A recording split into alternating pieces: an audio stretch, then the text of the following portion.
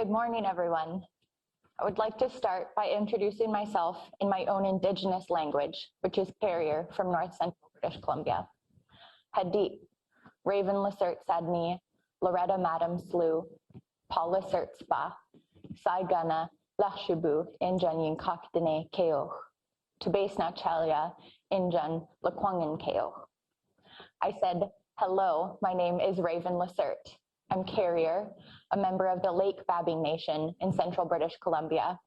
I'm a member of the Bear Clan, and I told you that my parents are the late Loretta Madam, and my dad is Paul Lacerte.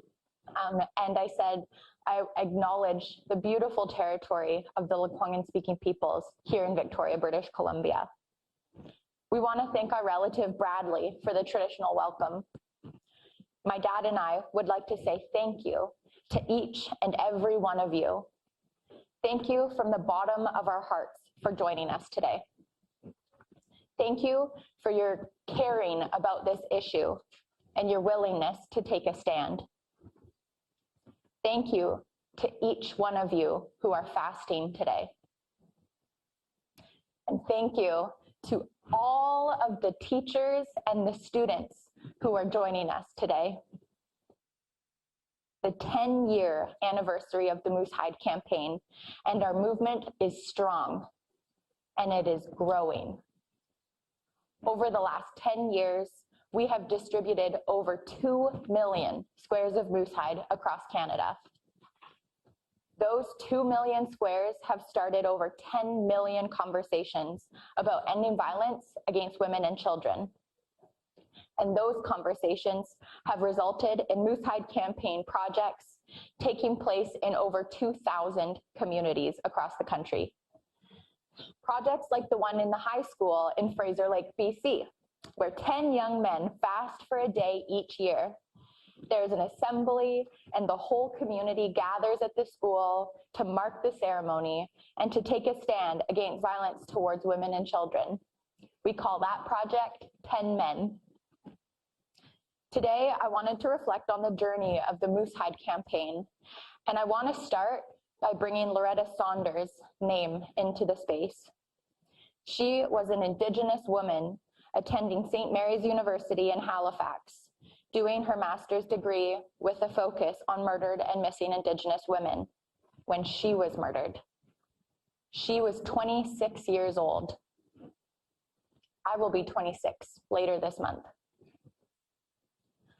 I want to bring in the names of all of those precious loved ones who have been killed or are missing. And I want to bring in their families. And I want to tell you that you are loved. And that people involved in this campaign are working hard to make sure that this does not happen again. That we are working hard to stop the violence against women and children, and to replace that violence with love. So I wanted to start by sharing the story of how we started the Moose Hide campaign and where the inspiration came from. So in 2010, there was a conference in Vancouver that focused on ending violence against Indigenous women. It was at exactly the same time as the Stanley Cup riots happened in Vancouver. There were 285 people at that conference, and only 4 of them were men. My dad was one of those 4 men. He came home after the conference and was really confused and angry. He kept saying, "Where the heck are all the men?" After hearing all of the stories of violence, I knew he was really worried about me and my sisters because we are all visibly Indigenous women. Not long after that, we went home to our Carrier territory to go hunting for moose. We are a hunting family. My dad and I were hunting one morning along the Highway of Tears, and we were talking about the name of that highway and what it means to us. That highway represents so much pain and hurt. And our country is feeling the same pain and hurt because the Highway of Tears is not an anomaly. The RCMP report that there are over 1,000 200 murdered or missing Indigenous women in this country. The Native Women's Association of Canada reports that that number is closer to 4,000. And it really, really hurts my heart to think about those statistics and those realities, and to think about how unsafe this country can be for so many women and children, even and especially sometimes in their own homes. Violence comes in many forms and can happen to anyone, Indigenous or non-Indigenous, and all of those along the gender continuum. The effect that it has on an individual, on a family, and a community is devastating.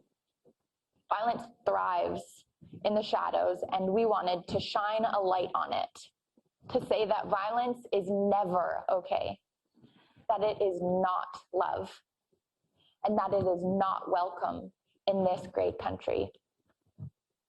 I remember I wanted to find a way to wipe away some of those tears and think of our territory and that area as the highway of hope instead of the highway of tears. So those were all the conditions and intentions that led to our idea to start the campaign. That was the spirit behind it. I was 16 years old. We were blessed with a moose that morning, and while I was cleaning it out, we decided to take the moose hide back to Victoria, tan it up in our backyard, and cut it up into little squares and handwrite on some index cards. If you wear this piece of moose hide, it means that you promise to never do violence to the women and children in your life. And it also means that you promise to speak up and take action to end violence against women and children. We thought that if we used the moose hide as an invitation for men to join us in an effort to end violence against women and children, that we could make this country a safer and more loving place for women. We wanted to create opportunities to talk about where this violence is coming from and to develop grassroots strategies to break the cycles of violence. My sisters and I, we cut up the first 25,000 squares of moose hide and started handing them out, and the Moose Hide campaign was born. People were interested, and most importantly, men were interested. They started wearing the moose hide squares, and they started talking more openly about the need to end violence against women and children. The moose hide pins are an important part of building awareness. When you wear it, people... And I would like to ask you to say, "Thank you for asking. It's a piece of moose hide, and I'm wearing it to show that I'm standing up against violence towards women and children." This open, receptive response welcomes important conversations with strangers, friends, family, and coworkers. Even now, while we're socially distanced, we're having these conversations online like we are today. When we started this work, I knew that my dad was doing it to try to keep me and my sisters safe. And I got that. But when I had my own daughter, Cedar, who is 2.5 now, I understood it in a whole different way. And I will do anything to keep her safe and out of harm's way. But in order for her to be safe, we need to change our whole country. We need to change the trajectory of our society. We need to transform the attitudes in our society towards women, towards Indigenous women, and towards everyone along the gender continuum.